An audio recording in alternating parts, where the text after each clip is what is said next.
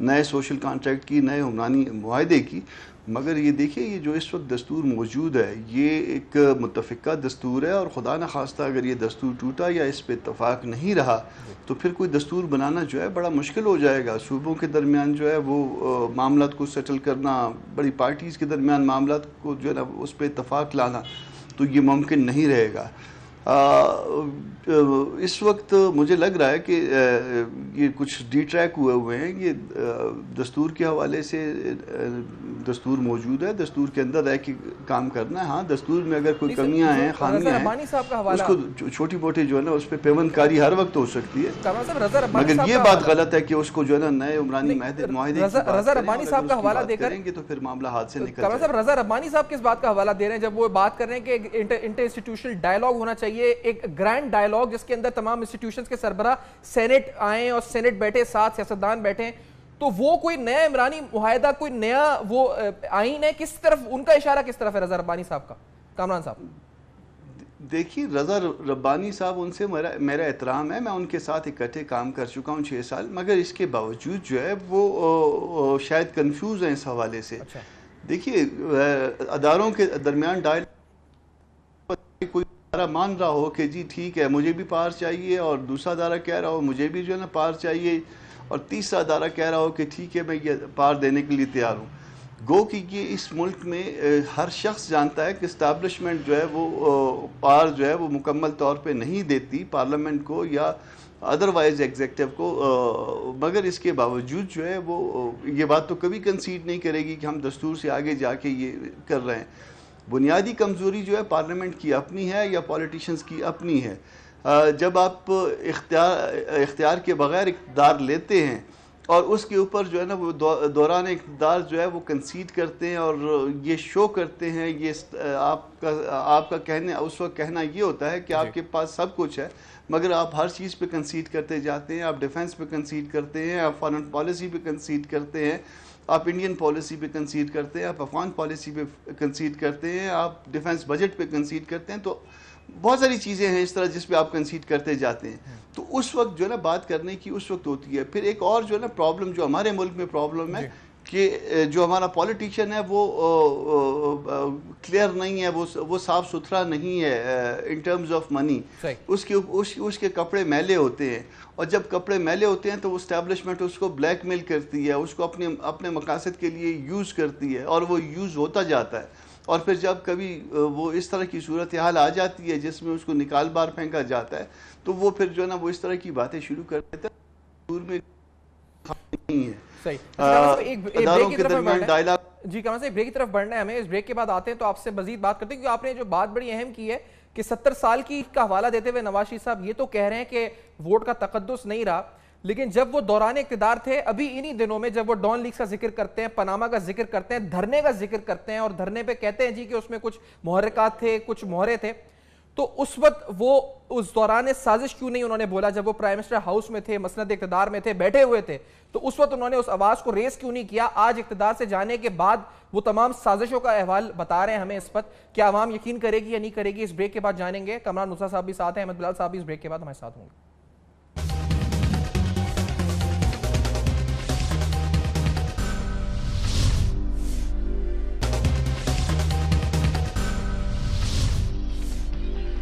Welcome back. آپ دیکھ رہے ہیں بے نقاب. اہم ترین سوال کے آگے جانے کے لیے، یعنی ملک کو آگے بڑھانے کے لیے اس وقت ملک کے سیاستدان مختلف فارمولاز پیش کر رہے ہیں. پریکٹیکلی امپلیمنٹیبل ہیں یا نہیں ہیں؟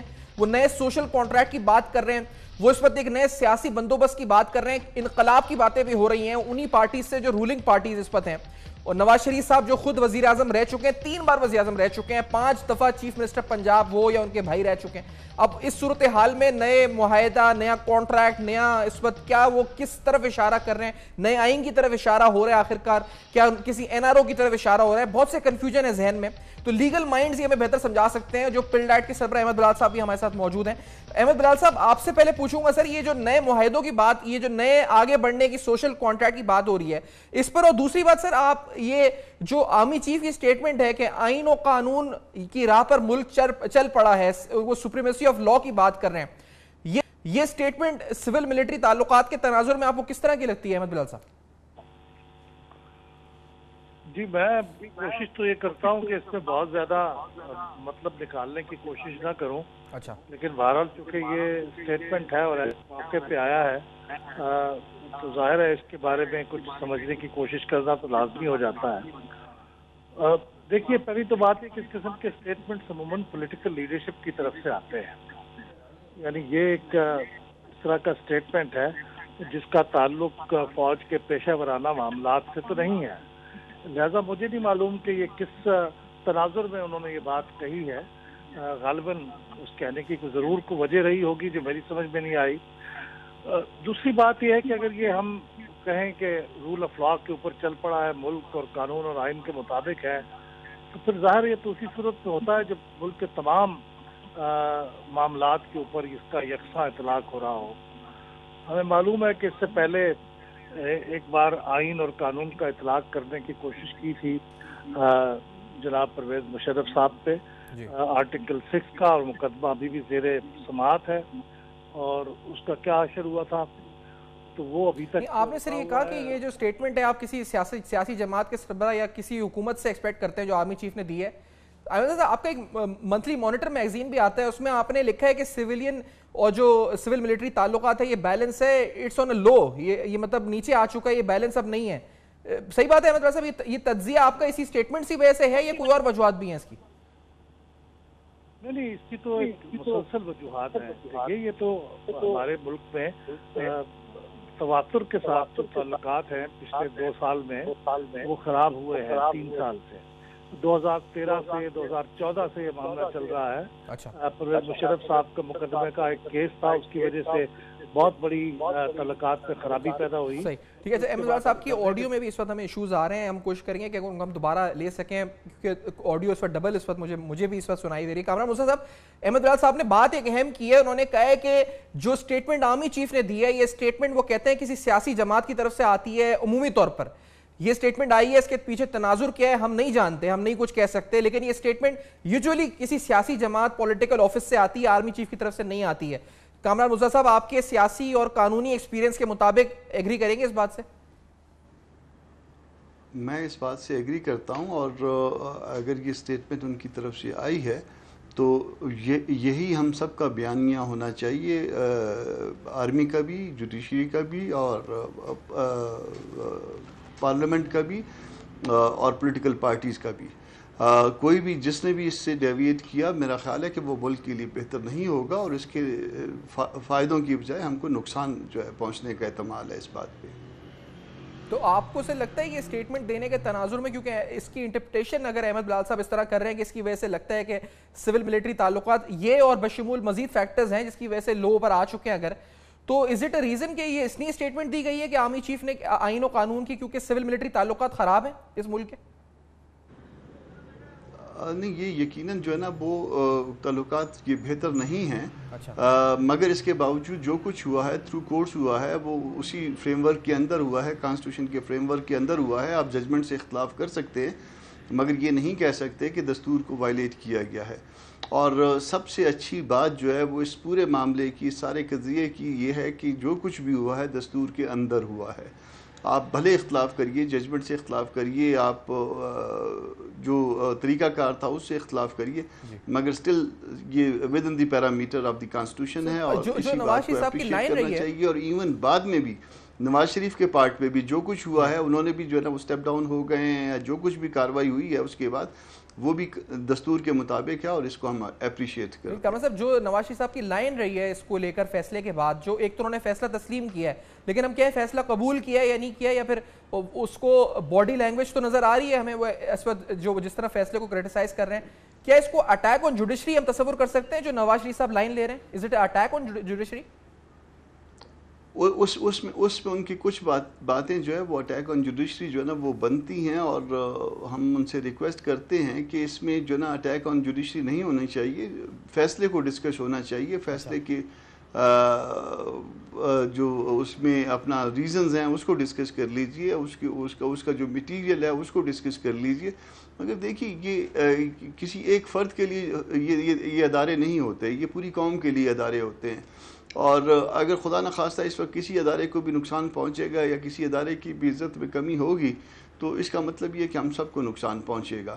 اور اگر بہت سی باتیں ہیں اس میں لگتا ہے کہ اسٹیبلشمنٹ کی انوالومنٹ ہے مطلب یہ میٹیریل دینے میں. اچھا کامران صاحب اس بات یہ بھی بڑی اہم بات ہے جو آپ کو لگتا ہے, لیکن یہ جو آپ کہہ رہے ہیں کہ اگر اٹیک ہے آن جوڈیشری, اس کے کانٹینٹ جو نواز شریف صاحب کی باتوں کے ہیں, تو جوڈیشری کس طرح ریسپونڈ کر سکتی ہے؟ کیا اس کا یعنی جو باتیں کی جا رہی ہیں, جو ریومرز ہیں, اس میں آرٹیکل 190 بھی لوگ کچھ کہہ رہے ہیں, آپ قانون بہتر سمجھتے ہیں, کیا ہو سکتا ہے اس کی ریاکشن میں؟ اچھا کامران موسیٰ صاحب کی آواز اگر ہم تک پہنچ رہی ہے. کامران موسیٰ صاحب ہو گیا نا, فیصلہ ایک تپان ہو گیا, اب آرٹیکل 204 کی بات ہو سکتی ہے. اچھا مگر عام طور پہ جوڈیشری جو ہے نا وہ ریسٹرینٹ کا مظاہرہ کرتی ہے, وہ اس طرح کے معاملات میں مداخلت نہیں کرتی. اگر کوئی اس طرح سے کوئی چھوٹی موٹی بات ہوتی بھی ہے اس کے متعلق تو وہ اس طرح کے معاملے میں نہیں آتی. اور اگر خدا نخواستہ جیسے کچھ پٹیشنیں فائل ہو گئی ہیں اور لوگ کسی طرح سے مجبور کر رہے ہیں کہ جی اس معاملے میں جو ہے نا وہ جوڈیشری جو ہے آرٹیکل 204 کے حوالے سے کوئی کارروائی کرے, تو وہ کارروائی نہ کرنا بہتر ہوگا. وجہ یہ ہے کہ ورنہ اس معاملے میں اور گند پڑے گا. ہم اس پٹیشن کی انٹرٹینمنٹ کی گو کے اور بھی ریزنز تھی, مگر مخالفت جب کر رہے تھے تو اس بات کو سوچ سمجھ کے کر رہے تھے, بینگ اے پولیٹیکل ورکر بھی, کہ یہ بھی ایک ون آف دی ریزن ہوگی کہ جو الٹیمیٹلی فیصلہ آپ نے کہا جی آئی ٹی کی رپورٹ میں you see the footprints of establishment, یعنی آپ کو اس پہ نظر آتے ہیں اسٹیبلشمنٹ کے جی آئی ٹی کی رپورٹ میں؟ جی مجھے نظر آتے ہیں. دیکھیے نا اس جی آئی ٹی کی رپورٹ میں کوئی وجہ نہیں تھی کہ جس میں جو ہے نا آئی ایس آئی کا بندہ اس میں موجود ہوتا یا ایم آئی کا بندہ موجود ہوتا. وہ ان کو بیچ میں ڈالنے کا مقصد ہی یہ تھا کہ یہ میٹیریل جو ہے وہ کہیں نہ کہیں سے اور سے آ رہا تھا. شکریہ ادا کروں گا, یہ 60 دن کا ٹھیک ہے, بہت شکریہ ادا کروں گا سر. ٹائم آپ نے اپنا تجزیہ تبصرہ دیا اس پوری صورتحال پر, قانونی آئینی بھی اور ملک کے مستقبل کے سیاسی منظرنامے سے منسلک بھی ہے. آج 14 اگست ہے, ملک کو آگے بڑھانے کی بات کر رہے ہیں ہمارے سیاستدان, کوئی نئے معاہدے کی بات کر رہا ہے, کوئی نئے کانٹریکٹ سوشل کانٹریکٹ کی بات کر رہا ہے, کوئی کہتا ہے جی کہ کرپشن مٹاؤ اور سیاستدان جو کرپٹ ہے ان کو صفایا ہونا چاہیے. اس وقت ریاستی ادارے اور اس کے ساتھ ساتھ ہماری سیاسی جماعتیں اور پارلیمان بالخصوص, ان کو آگے بڑھنے کے لیے کیا راستہ اختیار کرنا چاہیے. 14 اگست کا دن ہے, اس دعا کے ساتھ کہ پاکستان انشاءاللہ تعالی آگے بڑھے گا بھی اور تمام مسائل بھی حل ہوں گے. For feedback Facebook, email and Twitter دیکھتے